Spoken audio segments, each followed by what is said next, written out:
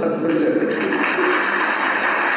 ಅವರ ಸಂಸ್ಥೆಯಲ್ಲಿದ್ದಂತಹ ಕಾಲದಲ್ಲಿ ಅಲ್ಲಿನ ಶಿಸ್ತು, ಸಂಯಮತೆ ಹಾಗೂ ಕಲಾವಿದ ಯಾವ ರೀತಿ ಬದುಕಬೇಕು, ಯಾವ ರೀತಿ ಬದುಕಿದ್ರೆ ಅವನ ಜನ್ಮ ಶ್ರೇಷ್ಠವಾಗುತ್ತೆ ಅನ್ನುವಂಥದ್ದನ್ನು ವೀರಣ್ಣವರ ಕಂಪನಿಯಲ್ಲಿ ಕಲಿಬೇಕಾಗಿತ್ತು. ಯಾಕಂದರೆ ಇಡೀ ಭಾರತದಲ್ಲಿ ಅಂತಹ ಒಂದು ಸಂಸ್ಥೆ ಇರಲಿಲ್ಲ ಅಂತ ಹೇಳ್ಬೋದು.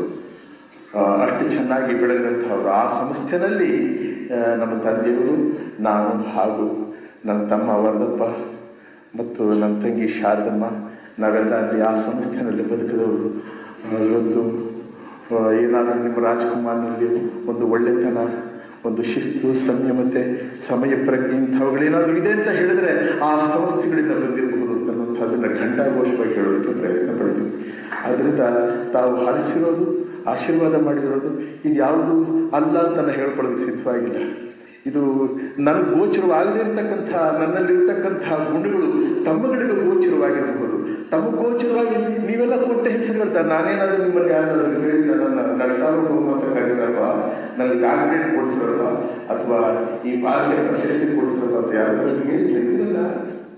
ಆ ವ್ಯಾಮೋಹವೇ ಇಲ್ಲ. ಆ ವ್ಯಾಮೋಹ ಇರೋದು ನಿಮಗೆ. ನೀವು ಸಂತೋಷ ಪಡ್ತೀರಿ. ನಿಮ್ಮ ನೋಡಿ ನಾನು ಸಂತೋಷ ಪಡ್ತೀನಿ. ಅವರ ಸಂಸ್ಥೆಯಲ್ಲಿದ್ದಂಥ